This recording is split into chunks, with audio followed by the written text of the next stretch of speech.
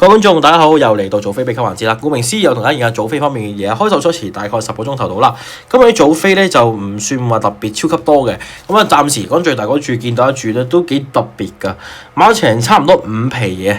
單一條 PayQ 嘅啫，係咪究竟對嗰兩匹馬真係咁有信心呢？拭目以待啊！咁啊，到時同大家逐場咧，又同大家研究過啦。咁亦都會報出邊咧比較受歡迎4匹馬俾大家啦。咁啊，最緊要免費訂閱 channel like 我哋影片同 share 出俾朋友仔睇啊！另外咧，有位觀眾咧有課金啦，支持子華啦，咁啊非常之感激各位觀眾啦。希望咧我哋呢個組飛秘笈咧繼續幫到你，甚至各位觀眾啊！咁啊事不宜遲啦，咁啊直接嚟講啲飛數先。咁先睇到嗰個騎師王先啦。暫時嚟講，騎師王叫潘頓咧就8隻2.15倍啊，落到2.1。咁令到麥道朗4.5倍落到4.25啊。咁啊兩個大師傅都落喎，反而回嘅有邊個咧？阿田雞啊！咁啊，回到11倍啦。咁啊，另外幾人講到落飛啊，9匹嘅坐騎喎，仲多過潘頓同埋道朗啊，9匹啊，11倍啊。咁聽日落飛會開工。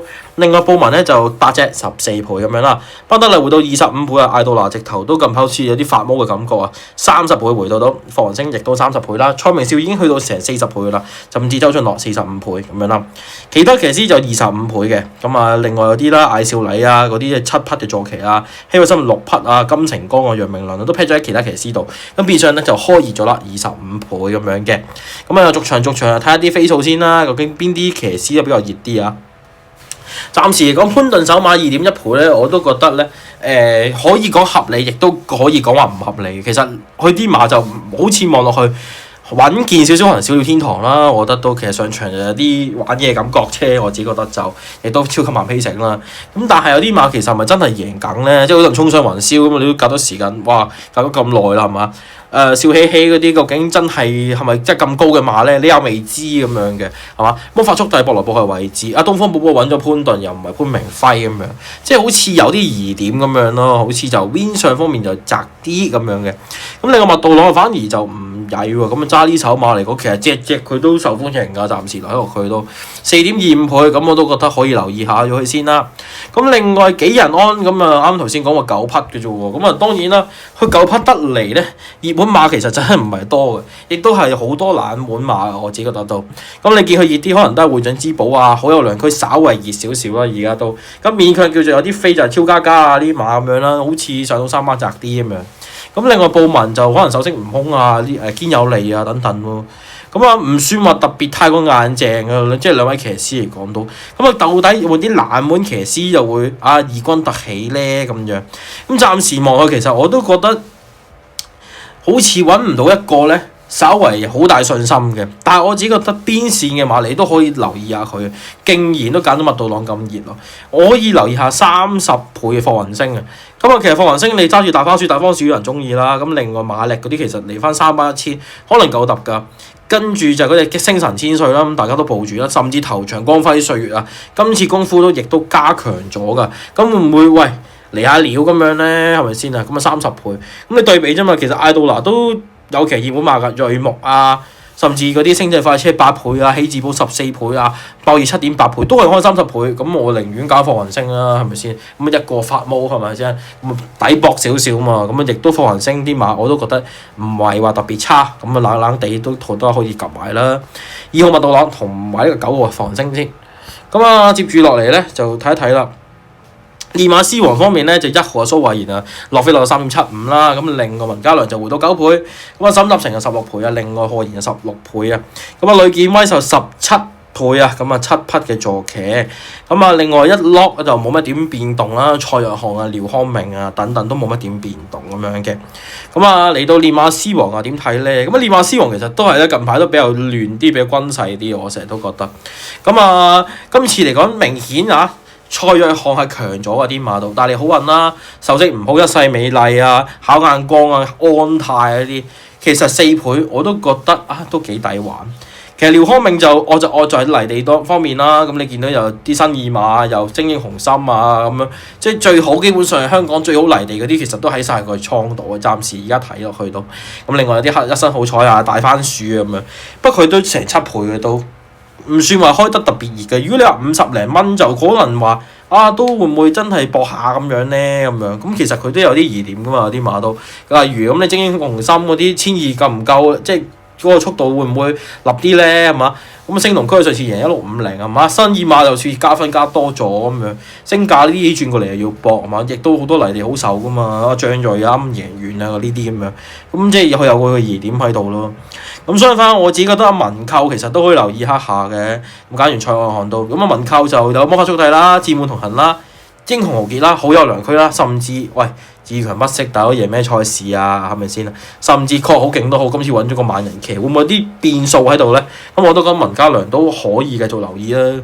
2同4先啦，冇計噶啦，今次都。好啦，逐場報飛數啊！大家最中意聽呢啲嘅時候啦。先嚟頭場5班1650，咁啊泥地賽事咯喎。咁泥地賽事呢場賽事幾壁壘分明嘅，我自己覺得都，因為好嘅馬真係好好，差嘅馬亦都非常之差嘅。咁啊，先嚟1號啦，咁啊魔法速遞當然係有啲飛啦，14,000嘅 win， 10,000嘅 win 啦，22,000啊，12,000加埋大概7至8萬蚊 win 度啦，啲 win 飛相當之多。另外3號大利好運啦，都有啲嘅，1萬蚊嘅 win 啦，14,000嘅 win 啦。另外就已經去到成4號啦，超步速喎，超步速 pace 有成15,000嘅，另外都整翻住15,000蚊嘅 win，15,000蚊 win pay 喎，呢一超步速係嘛？會唔會真係有啲驚喜咧？咁樣啊？另外9號啊，宇宙之光啊，咁啊有人貼過，我見到都幾特別啊！呢匹馬都咁啊，即係 pace 10000咁樣嘅。另外咧就1號啊，渣膽啊，魔法速遞渣膽啊，咁拖翻3號嘅大好運啦 ，Q 就10000。另外12號歐洲傳奇啊，1搭12咁啊 Q 啊就10000。咁另外1搭7咧，搭翻特別美麗咧，PayQ 都係10000，圍繞住咗1個，大家都咁啊非常之喜愛就1啊。咁當然啦，1嘅話點會同你講冇飛咧？係咪先？基本上咧出邊比較受歡迎嘅都棘個3匹喺度噶啦。魔法速遞大利好運，咁啊7號嘅特別美麗，揸多一隻13個大嗰隻上市魅力啊！希望 David 哥生性啦，其實開始近翻嘅呢匹馬都，咁啊大家都可以睇一睇啦，一檔希望幫到佢啦，係咪先啊？咁啊都係個紀錄都大家知啦，不斷咁刷新緊嗰啲時間㗎啦，都已經即係未開齋嗰個時間。第2場啦，5班1200啊，咁啊呢場賽事3號馬信線寶唔使多講啦，有飛嘅。1萬蚊嘅 win， 12,000蚊嘅 pace， 另外10號馬東方寶寶 pace 25000，另外12號馬謙謙君子 win 10000。咁呢場賽事受歡迎嘅馬有3號順線寶啊，咁必然都受歡迎啦，成奶啊落飛啊，呢匹馬都唔知點解。另外咧就上次就擺到明咧都係運吉㗎啦，啱啱啫嘛。8號南區王，另外12號馬謙君子啊，同埋呢隻叫做咧11號馬爆熱啊。其實呢場賽事我覺得爆熱其實有啲充滿變數啊，坦白講嗱，暫時講佢都歡迎程度還可以啦，叫做即係你唔係話排到 No.1 咁樣，你見我數都第4咁樣啦，係咪先？咁但係佢其實啲分數減咗落嚟㗎啦，咁啊睇下呢個叫做1200米短啲路程落檔會啱佢跑下咯。咁嗌到嗱啱頭先噏咪咩鋭木啊，一粒馬都好似望佢都係10倍樓下嘅馬咁樣，睇下呢匹爆熱又點樣咯，係咪先啊？咁始終嚟到呢啲分數呢啲磅位嘅話係渣啊渣啊，老實講，因為有一場賽事都話全天候都真係飛又對位又正咁樣，話結果都係咧僅僅得個屁嘅啫。咁啊，但係今次會唔會1200有啲賠率喐手咧？咁告東尼又有啲咁嘅籠嘢，因為3仔順線寶實落嘅，大家知嘅你啲馬都咁啊。呢場賽事均勢㗎，我自己覺得都呢場大地都。第3場啦，咁啊4班1200啊，咁呢場賽事咧就啲飛都幾多喎。2號星塵千歲啊，就一皮嘢嘅 pace 啊，另外4號啊飛越神曦啊，幾中意嘅馬名啊，2皮嘢嘅 pace 啊，另外5號馬鋭木 pace 咧，哇42000啊，另外 win 方面鋭木咁啊梗係有啦，你睇啲集先，21,000蚊嘅 win，2萬蚊嘅 win 啊，同埋16,000蚊嘅 win 啊，莫非聽日嗌到嗱真係會開工？啊！睇下佢點搞啦。另外7號啊，龍奧玲羅啊，咁啊都有啲飛啦，1萬蚊嘅 win，11,000蚊嘅 win。另外9號啊，開心果啊，咁開心果就唔係幾開心咧，暫時望下啲飛啊，都係得皮嘅 win 咁解啫。咁啊出邊比較喜歡嘅話就係當然啦，係5號嘅鋭木啦，好多人中意噶。另外就係嗰隻2號星塵千歲啊，10號金風萬里。跟住就係1號嘅自滿同行，反而龍奧玲羅暫時嚟講麻麻地啫喎，係咪熱咗啲咧？係嘛？咁啊4檔咪睇佢點發揮咯。咁啊呢場賽事其實我覺得疑點馬都頗為又多喺度㗎，呢場賽事都咁啊自滿同行咁大家都睇到嗰場賽事點跑㗎啦。咁但係星塵千歲呢啲嚟到125磅，其實你諗下，連自滿同行都係掛個頂磅，你睇啲草馬真係唔算特別叻㗎啦。咁縱使應該未見底嘅馬相當之多。但係叻嘅我諗真係唔係特別叻咯。第4場咯喎，41,400咁嚟到見到啊10號馬曉峰啊，咁11,000蚊嘅邊啊，另外13,000蚊嘅披咧就13,000蚊嘅披士啊，飛躍成就咁啊咁上下啦。咁暫時講咧出邊比較歡迎啲咧就係嗰隻13號嘅飛躍成就啊，咁啊4號嘅首飾悟空，跟住咧就係嗰隻叫做10號曉峰。同埋咧有隻冷冷地嘅喎，7號啊非凡時一，非凡時一必落㗎。聽日呢匹馬好似好翻咗，望落去都咁應該都會起下飛嘅。聽日呢匹非凡時刻都留意下佢啊。好啊，嚟到第5場咯喎，41,400咁呢場賽事3號馬一世美嘅披士一皮，另外3號啊搭呢個11號啊，天天更 good 啊更好啦。咁啊 PQ 就11,000，咁啊暫時講受歡迎呢兩匹啦。咁啊另外咧就係嗰匹叫做2號馬笑喜喜啊，同埋嗰隻叫做8號嘅大數據啊，咁排啦。呢場賽事好似懸念方面都好似冇乜嘅喎，係嘛？咁啊，莫非會爆到其他咁樣？其實深紅紅嗰啲嘅時候我都搏咗喺度，不過13檔我真係唔知佢點跑，會唔會蝕咗啲咧咁樣？嚟到第6場賽事咯噃，咁啊第6場啊冇大飛嘅呢場賽事先講明，出邊喜歡嘅馬有嗰隻叫做5號啊英雄豪傑。13號飛來閃耀，跟住就係嗰隻叫做有啲飛㗎，呢匹馬都聽日會落㗎。二仔馬力同埋14號運高八斗，呢場賽事好亂，換獎之寶唔係好穩健嘅。你縱使12檔幾人，你幫得幾多？其實阿妹之前跑其實大致上都冇錯啦，亦都減埋磅，叻就唔叻㗎啦。不過有隻勇敢巨星而家佔高咗個磅咁解，變咗佢122磅咯。即係呢樣嘢係一個唔錯嘅條件咯。但係你換翻一組，其實對手都強㗎嘛。你巴力嗰啲信心星啊啲，你係驚佢1000唔得咁解啫，係咪先？但係都係啲高分馬嚟咯。所以會長之寶唔算話特別好搏嘅。咁其實呢場賽事，我覺得最佳冷門其實係嗰隻3號嘅運高八斗咯。咁當然睇下無險東險發揮啦。咁有時佢都神來之筆㗎都。第7場啦，41,200冇大飛呢場賽事，集中喺下邊嘅number。7號係星光快區 No.1 嘅，另外10號係好有良區，11號馬大番薯啊，同埋嗰隻叫做8號仔係嘉應駿馬。咁啊，反而1號星火燎原，2號就係獎運來五寶，啲飛係全部叮叮嘅，暫時睇落佢都好唔對路。坦白講，咁啊快過第8場。21,200啊，咁暫時嚟講1號馬咧，天天同樂啊 ，Win 1萬。另外披士方面咧就。賭呢個笑傲江湖啦，笑傲江湖好大風啊！11,000蚊披士，另外2皮嘅 win 啊！咁啊，另外就受歡迎嘅馬就有7號嘅精英紅心、6號青龍區、3號笑傲江湖，同埋嗰隻叫做咧12啊進步騰飛。喺呢場賽事有啲疑點嘅，點解咁講咧？因為啲放頭馬其實你見到天天同樂啦，咁啊青龍區究竟呢個10檔點樣咧？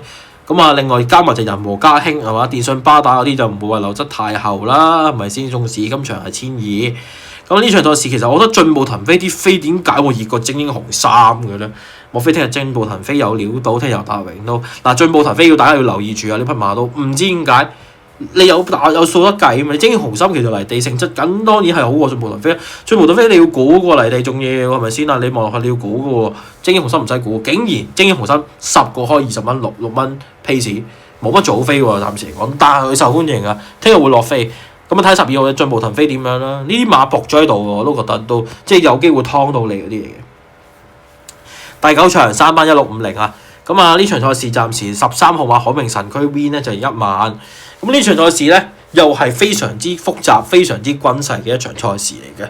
咁啊，出邊暫時受歡迎嘅馬咧，就有上次贏完馬嘅新二馬啦 ，No.1 1號嘅。另外9號安泰，安泰有啲飛，上次有啲飛，有啲 pace 飛，不過留得太後啦，亦都步速唔算特別快，就係最要贏嗰場咯。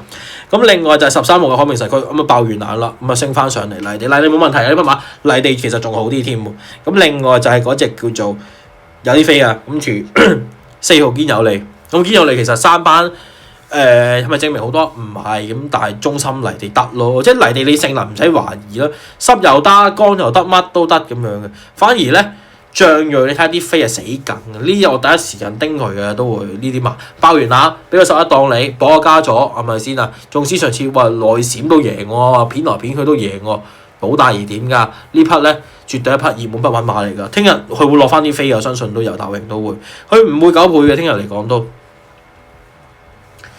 第10場啦，咁啊3班1400啊，呢場賽事1號馬小鳥天堂 pace 19,000，另外2號馬喜尊龍11,000蚊嘅 pace， 另外10，唔係喎，另外1搭2啊，就係小鳥天堂同喜尊龍 PQ 咯，有人買㗎49,000蚊，咁啊當然呢兩匹馬話俾你聽唔受人尊重都唔得啦，一定係最多。跟住再3、4咧就係13同14嘅，咁呢場賽事裏邊咧壁壘都頗為分明嘅。中間嗰堆就真係未必夠揼嘅，勉強可能都會包埋嗰隻叫做4號家園騎兵咯。咁但係好似能力上真係呢堆好似佔優啲咯。其實13號一生好彩，其實證明咗佢上次雖然話升班好似唔得喎，不過今次執咗14檔，其實每段時間都唔錯。另外準輝王其實我幾中意嘅，呢匹馬都一直都係其實重磅有啲壓住佢。咁啊班德禮唔係巴道，咁啊大家點睇咯？啲班德禮聽日都執咗幾多？